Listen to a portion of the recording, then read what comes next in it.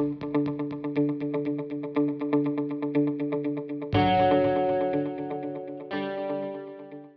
name is Angelina Acevedo, and I live in the city, in New York City. Yes. What's the reason you chose to get a guide dog?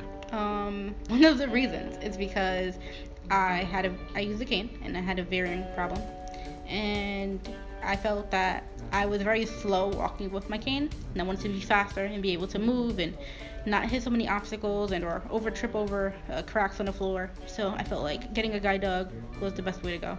What was it like meeting Norton for the first time? It was actually really nice.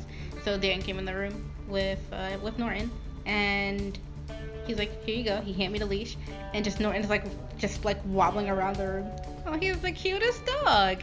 He's cute and tall, and he has a nice personality, and he is just he's just so lovable. Like, we'll lay in the room, and he'll just like come to me and lick me and sniff my face, and he's just so affectionate. So it's really nice that a dog that will be working with me will be my eyeballs for a really long time, and that actually likes me.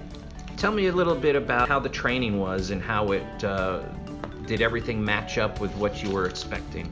So just having the opportunity to go in different areas and just learn how to work on doing Juno walking and learning how holding the handle, and then finally getting my dog and walking with him for the first time was very, very different from then walking in the Juno walk. So I feel like the training overall was just amazing and also challenging and stressful, but once you get through the really hard times, it just becomes really easy.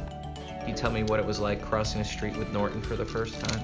So for the first time, when we went to Huntington, that was the first, I think, actual walk where we had to like cross streets and find curbs and make left and right turns.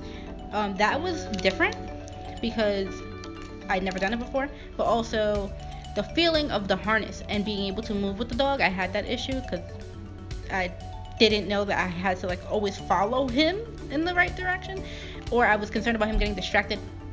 But we got through the first walk, and after the first walk I felt really good. I was like, we made it. We made it to the destination. We made it back. Like, that was just like the best thing ever. So just knowing that I didn't have to pick up my cane and use it it felt really free. What was it like working in the city, since that's where you live, right, and getting that real life experience? What was it like to have Norton close to home or around where you're going to live? Did that make you feel comfortable and a little more confident in what you were planning on doing once you go home? So first, when we went to the city, I was kind of like, oh my God, we're in Central Park. I don't know what to do. So I felt like the city was where I should be to be able to handle him. So once we got in the city, went through the city for a little bit, for a couple of walks, and felt all the different type of distractions that he would have in my home area. It felt so much better to just get it and just go, all right, let's go.